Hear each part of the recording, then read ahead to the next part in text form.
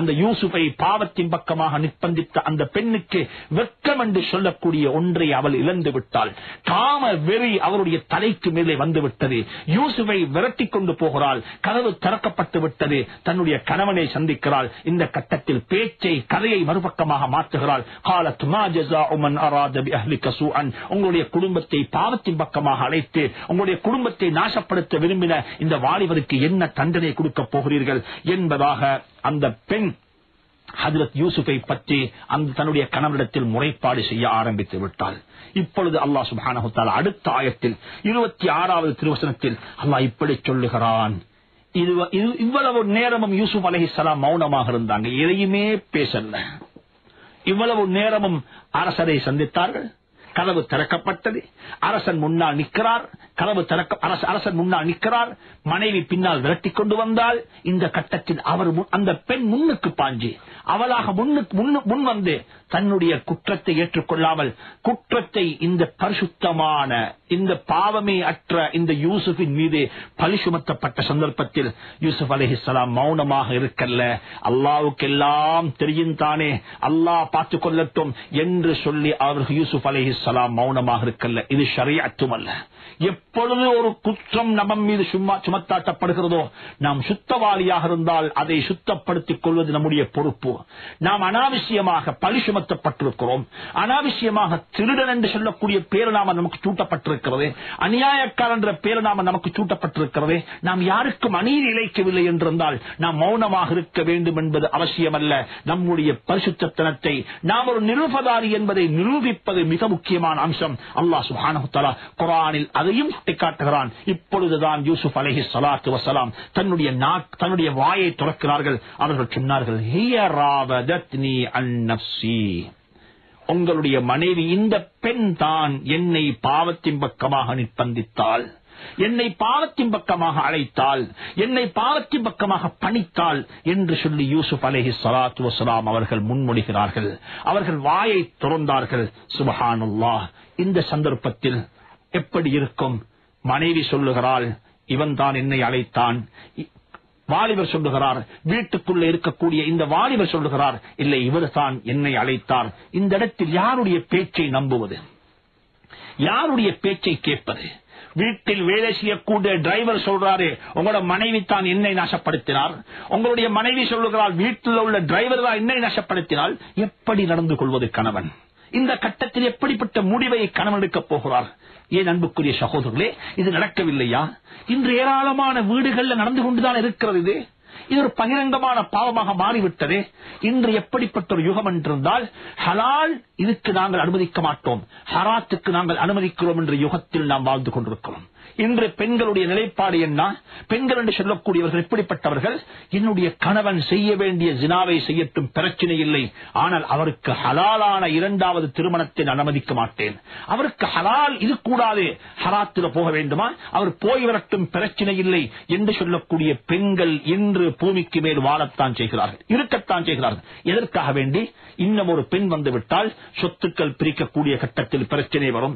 இன்னும் ஒரு பெண் வந்துவிட்டால் என்னுடைய குழந்தைகள் பிறந்தால் என்னுடைய குழந்தைகளுக்கு சொத்து குறைய கிடைக்கும், அல்லது எங்களுக்கு அது சுயமரியாதை இல்லாமல் போய்விடும், தனக்கு இப்படிப்பட்ட பிரச்சனைகள் வரும் என்று சொல்லக்கூடிய கற்பனையில் என்று சொல்லிக்கொண்டு அவர்கள் ஹராத்துக்கு போய் வாருங்கள், அதை பற்றி நாங்கள் அலட்டிக் கொள்ள மாட்டோம், எங்களுக்கு தெரியும் உங்களுக்கு ஹராமான ஒரு உறவு முறை இருக்கிறது, அதை பற்றி நாங்கள் விரட்டிக் கொள்ள மாட்டோம், ஆனால் உங்களுக்கு இஸ்லாமிய முறை பிரகாரம் நிக்காஹ் செய்ய முடியாது என்று சொல்லிக் கொள்ளக்கூடிய பெண்கள் இருப்பதை போன்று கணவனுக்கு தெரியும் என்னுடைய மனைவிக்கு ஒரு ஹராமான உறவு இருக்கிறது, அவள் அதை மெயின்டைன் பண்ணிக் கொண்டிருக்கிறாள், அவள் அதை செய்து கொண்டிருக்கிறாள் என்பது தெரியும். தெரிந்த கணவன் மாறும் மௌனமாக இருக்கக்கூடிய காட்சிகளையும் நாங்கள் பார்த்திருக்கிறோம்.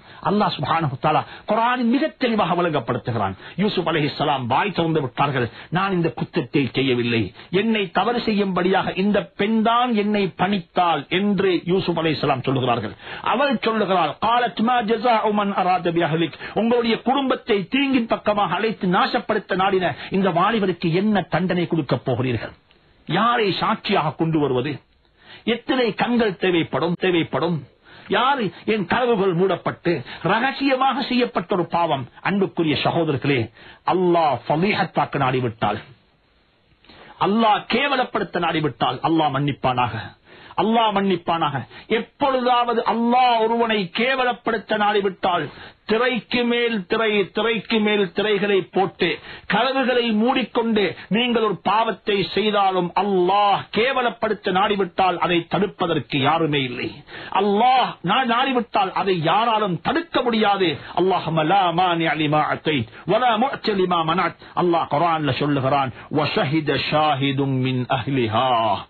இந்த கட்டத்தில் அல்லாஹ் சுப்ஹானஹு தஆலா ஒரு சாட்சியை, ஒரு ஷாஹிதை, ஒரு விட்னஸை அந்த இடத்தில் அல்லாஹ் கொண்டு வந்து நிறுத்திவிட்டான். கதவுகள் மூடப்பட்டிருந்தது, அங்கே யாரும் இருக்கவில்லை. எப்படிப்பட்ட ஒரு சாட்சி வருகிறது? நாளை கியாமத்துடைய நாளையில் அல்லாஹ் சொல்லி காட்டுகிறான், யௌமஇதின் துஹத்திஸு அக்பாரஹா. நாளை கியாமத்தில் எந்த வீட்டுக்குள்ளே இருந்து கொண்டு, எந்த அறையினுள்ளே இருந்து கொண்டு எந்த பாவத்தை நீ செய்தாயோ அந்த அறையும் நாளை கியாமத்தில் பேசும் என்ற கருத்தை குர்ஆன் சொல்லிக் கொண்டிருக்கிறது. எனவே அன்புக்குரிய நேயர்களே, அன்பான சகோதரர்களே, ஞாபகத்தில் வைத்துக் கொள்ளுங்கள், அல்லாஹ் ஒரு சாட்சியை கொண்டு வந்து முன்னிறுத்தி விட்டான். எப்படிப்பட்ட ஒரு சாட்சி!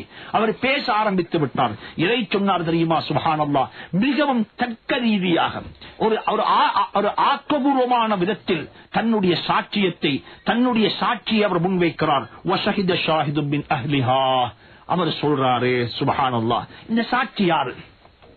பல வகையான கருத்துகள் இருந்தாலும் கூட மிகவும் ஹதீஸ்ல சஹீஹான ரிவாயத்தில் வந்திருக்கக்கூடிய கருத்து என்று சொன்னால், தொட்டிலே உறங்கிக் கொண்டிருக்கக்கூடிய ஒரு சிறு குழந்தை பேசிவிட்டது.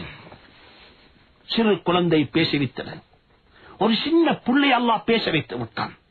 ஈசா அலைஹிஸ்ஸலாத்து வஸ்ஸலாம் அவர்கள் எல்லாம் பேச வைத்தான். ஜுரைஜ் என்று சொல்லக்கூடிய ஒருவருடைய, அவருக்கு படுதூறு சொல்லப்பட்ட சந்தர்ப்பத்தில், அவருடைய குழந்தை என்பதாக இட்டுக்கட்டப்பட்ட சந்தர்ப்பத்தில் அந்த குழந்தை அல்லாஹ் பேச வைத்தான்.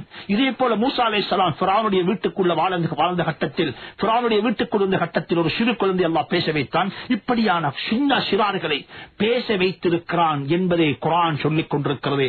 சஹீஹான ஹதீஸ்கள் வந்திருக்கிறது. குர்ஆன் அல்லாஹ் சுப்ஹானஹு வ தஆலா சையதுனா ஈசா அலைஹிஸ்ஸலாத்து வஸ்ஸலாம், ஜீசஸ் அலைஹிஸ்ஸலாம், ஈசா அலைஹிஸ்ஸலாத்து வஸ்ஸலாம் அவர்கள் எப்படி கிறிஸ்தவர்கள் ஜீசஸ் என்பதாக சொல்லுகிறார்களோ, அந்த ஈசா அலைஹிஸ்ஸலாத்து வஸ்ஸலாம் அவர்கள் பிறந்திருக்கிறார்கள். எங்களுக்கு தெரியும், தந்தை இல்லாமல் அல்லாஹ் சுப்ஹானஹு வ தஆலா தன்னுடைய அற்புதத்தை அல்லாஹ் வெளிப்படுத்தினான். வதரபல்லாஹு மஸலன் லில்லதீன ஆமனு. அல்லாஹ் குர்ஆன்ல சொல்கிறான், மரியம் அலைஹிஸ்ஸலாத்து வஸ்ஸலாமுடைய சம்பவத்தை குர்ஆன்ல, வமரியம் இப்னத் இம்ரான் அல்லதி அஹ்ஸனத் ஃபர்ஜஹா வனஃபக்னா ஃபீஹி மின் ரூஹினா. அல்லாஹ் சொல்கிறான், ஹஜ்ரத் மரியமுடைய கருவில் எங்களுடைய ரூஹை நாங்கள் ஊதினோம். ஒரு குழந்தை அங்கே தரித்து விட்டது, ஒரு குழந்தை அங்கே உருவாகி விட்டது. அந்த குழந்தைக்கு பேர் ஹஜ்ரத் மரியம் அலைஹிஸ்ஸலாத்து வஸ்ஸலாம் ஈசா அலைஹிஸ்ஸலாம் ஈசா என்பதாக பேர் வைத்தார்கள். அன்புக்குரிய நேயர்களே, அன்பான சகோதரர்களே, ஹஜ்ரத் ஈசா அலைஹிஸ்ஸலாத்து வஸ்ஸலாம் அவர்கள் பச்சிலன் பாலகன், ஒரு மதல பிள்ளை, பேச தெரியாத ஒரு பிள்ளை. இந்த குழந்தையை சுமந்து கொண்டு ஹஜ்ரத் மரியம் அலைஹிஸ்ஸலாத்து வஸ்ஸலாம் அவர்கள் பனு இஸ்ராயீல்களுக்கு மத்தியில் போய்க் கொண்டிருக்கிறார்கள். அந்த நேரத்தில் உலகத்தில் கிறிஸ்தவம் என்று சொல்லக்கூடிய ஒன்று இருக்கவில்லை. யூத மதம் என்று சொல்லக்கூடிய ஒன்றுதான் இருந்தது. யூதத்தை தான் மக்கள் பின்பற்றிக் கொண்டிருந்தார்கள். யூதர்கள் தான் அங்கே பறந்து நிறைந்து காணப்பட்டார்கள். ஹஜ்ரத் மரியம் அலைஹிஸ்ஸலாம் ஒரு குழந்தையை சுமந்து கொண்டு, நிக்காஹ் செய்யாத, திருமணம் முடிக்காத ஒரு பத்தினித்தனமான ஒரு பெண் ஒரு குழந்தையை சுமந்து கொண்டு அந்த யூதர்களுக்கு முன்னால் நபிமார்களை கொலை செய்யக்கூடிய, நல்லோரை பொறாமை கண்கொண்டு பார்க்கக்கூடிய, உலகத்துக்கு யாரும் எந்த ஒரு நியாமத்தும் கொடுக்கப்படுவதை தன்னால் சகித்துக் கொள்ள முடியாத அந்த யூத வர்க்கம், அந்த யூத குடும்பம், அந்த யூதர்கள் ஹஜ்ரத் ஈசா அலைஹிஸ்ஸலாத்து வஸ்ஸலாம் அவர்களை சுமந்து வரக்கூடிய மரியம் அலைஹிஸ்ஸலாத்து வஸ்ஸலாம் அவர்களை கண்ட நேரத்தில் என்ன சொன்னார்கள்? இந்த விடயத்தை இன்ஷா அல்லாஹ் என்ன சொன்னார்கள் என்பதிலிருந்து அடுத்து வரக்கூடிய வாரம் இன்ஷா அல்லாஹ் நம்முடைய இந்த வகுப்பை ஆரம்பிப்போம்.